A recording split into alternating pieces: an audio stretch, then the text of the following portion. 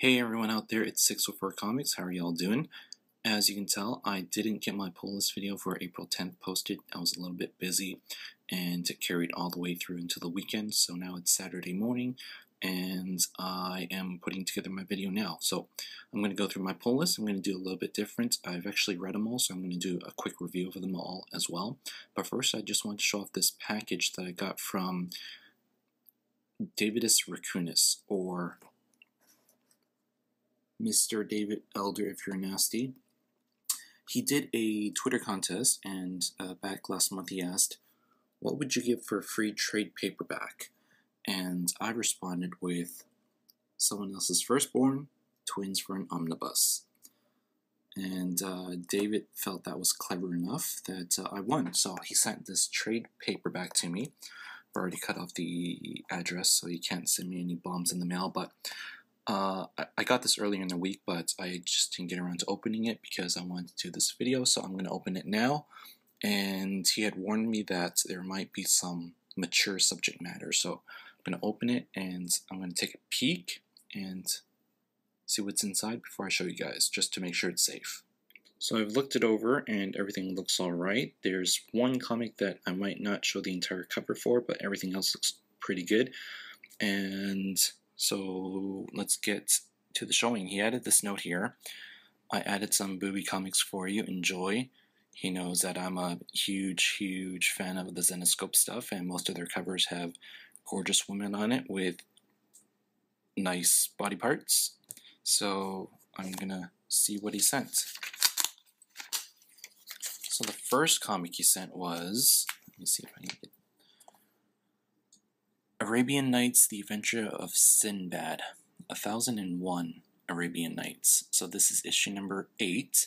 This is a Zenescope title.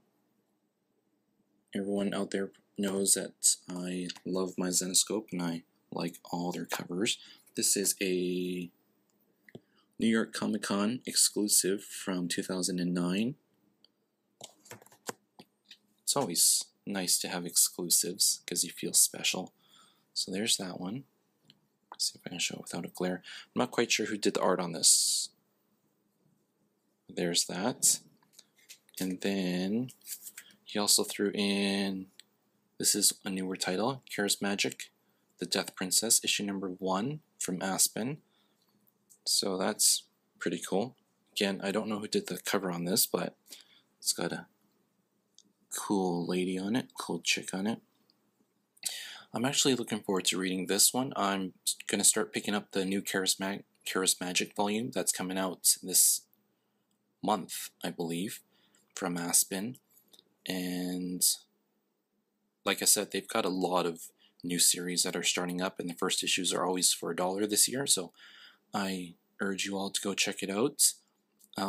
J. Scott Campbell does a special sketch cover for all the number 2s, and Aspen, I believe, is probably the first major publisher that's going to be coming to the Fan Expo in Vancouver, so I'm excited to check them out. They're going to have some exclusives there, so if you guys are interested, you can check out my Facebook page, and if there's anything that attracts you, then let me know. I can pick it up for you. Back to the awesome gift package. So there's Charismagic Death Princess issue number 1.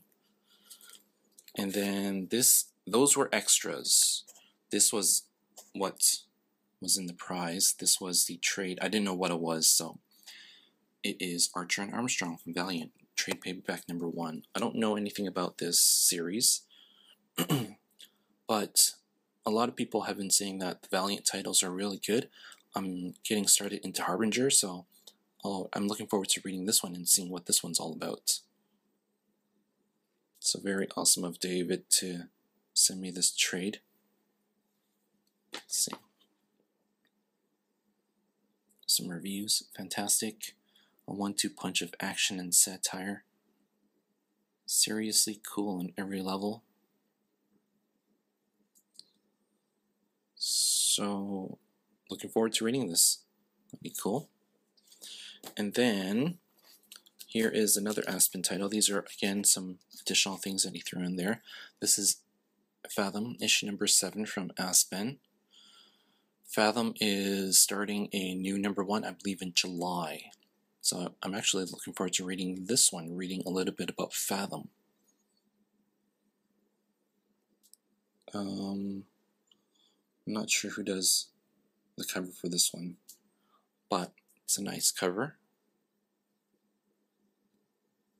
We have JT Kroll, he's doing the writing, he's going to be in Vancouver. I guess Ali Garza's doing the art inside, and David knows I'm a huge fan of Ali Garza. So I'm excited to open this up and take a look inside. And then the next book is, let's see if I can do this. The next book is a more risque title. Okay, there we go. So this is Tarot, Witch of the Black Rose. It's from Broadsword Comics, issue number 57, Mature Readers. And I've covered it up because there's nudity. I know that David collects some of these books. I've never actually looked through these books.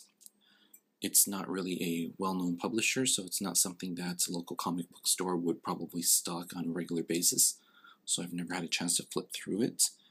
So I'm interested to see what's in it, whether the art inside is reflective of the art on the cover.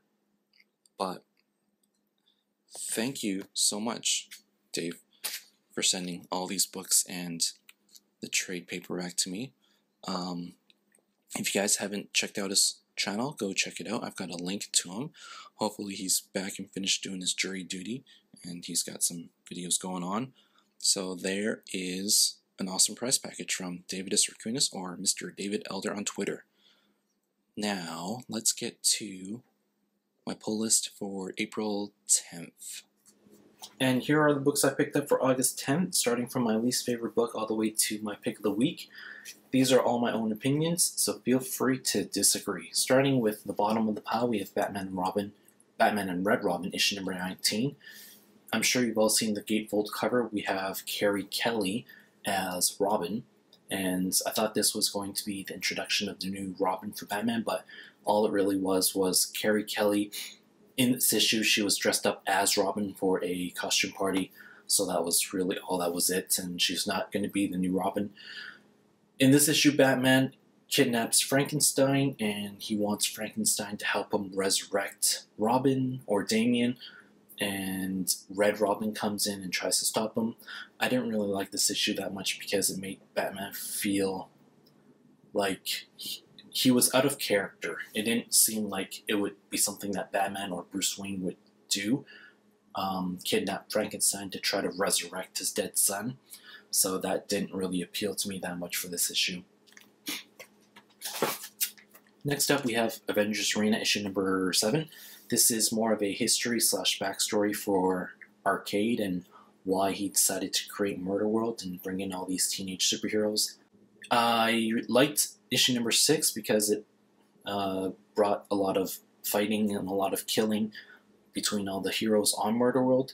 This one goes back in time and talks a little bit about Arcade.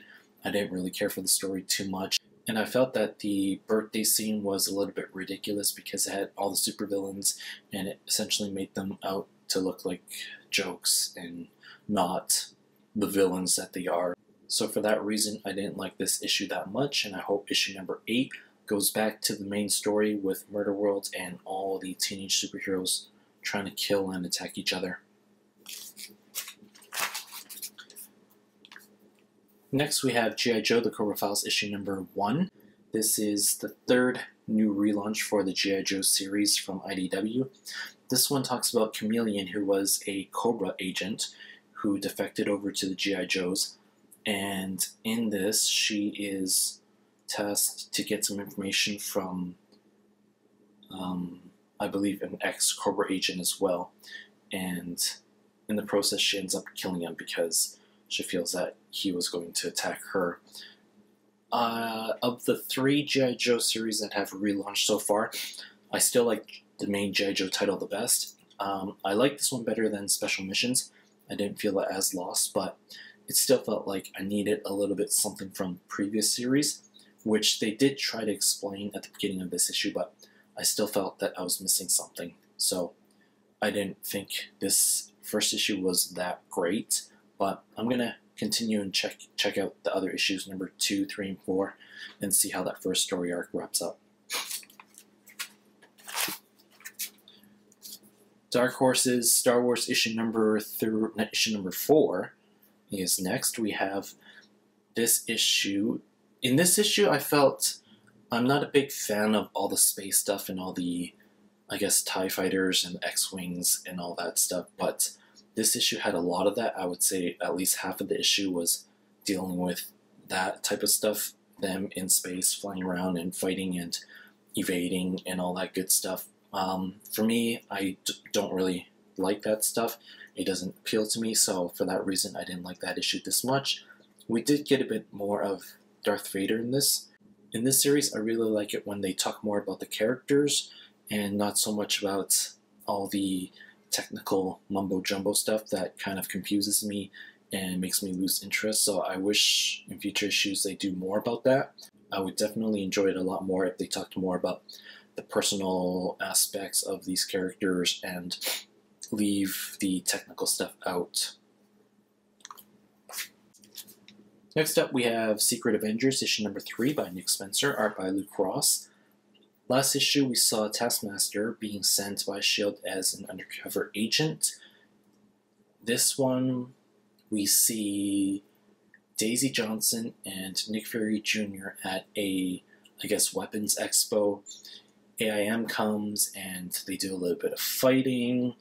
What else? AIM takes the Iron Patriot suit and it looks like they're going to be using it. We didn't see anything about Taskmaster. The rest of the team, Mockingbird, Black Widow, Hawkeye, and Agent Coulson, they were sent on, I guess, a recon mission to find out what happened when, in the last issue, AIM blew up one of their bases. This issue was probably the worst of the 3. I still liked it, but I didn't feel it was as strong as the first 2 issues. But I'm still enjoying this series quite a bit by Nick Spencer, Secret Avengers. Next one is Suicide Squad, number 19. I didn't think I'd put this one so high up. I did like this issue, actually. We got introduced to, I guess, the new leader of the Suicide Squad. His name is the Unknown Soldier. I don't know who that is, but what I liked about this issue, I think, is Harley Quinn's one of my favorite characters in the DC world. I like that she's weird and different and kind of a little bit crazy. I like how they're trying to bring in a different persona for her as well now, having her have multiple personalities with Harley Quinn and her Harleen Quinzel, psychiatrist persona, coming into the foray more often now. So I think that's interesting, and that is something that is keeping me on this title, whereas I would otherwise probably throw this into the trade bin. So yeah, enjoying Suicide Squad.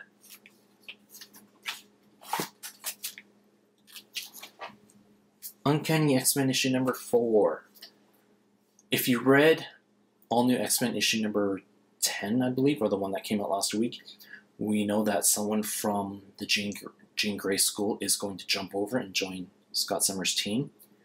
We actually find out who that is in this issue. I'm not going to spoil it, I won't let you guys know, but in this issue, at the beginning, if it was pretty much the same scene as what happened in All New X-Men, except told from a different viewpoint. It was more of an interaction between Emma Frost and the Cuckoo Girls. I think that's who they are, those 3 triplets, and they were talking to each other in their minds. So that was the first half of the issue. The second half, we dealt with, I guess, the kids that Scott has recruited, and they're doing their kid stuff and being totally foolish. I didn't really like that part as much, and I really didn't like reading the same story again twice. Even if it was from a different point of view, I felt that if you're going to do that, you might as well just throw it into one big issue in one big series and not try to have them both piggyback off of each other. As far as the art goes Chris Pacello. I am still not a fan of this stuff, especially the coloring. The coloring throughout this entire book feels like it's washed out. It's kind of drab, and it's not something that makes me excited to look through this book visually.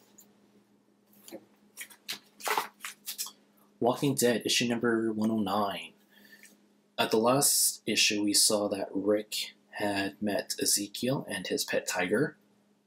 This issue talks a bit about Rick going back to the hilltop, and I guess he's starting to reveal to some of the people there what his true plans are, and that he's going to go after Negan against that really bad dude. So that is what this issue was about, and it looks like while Negan has a traitor on his team, we might also have a traitor on Rick's team. So that'll be interesting in issue 110 to see if that's really true, and to see if Rick can really defeat Negan, and see what his partnership with Ezekiel is going to be all about.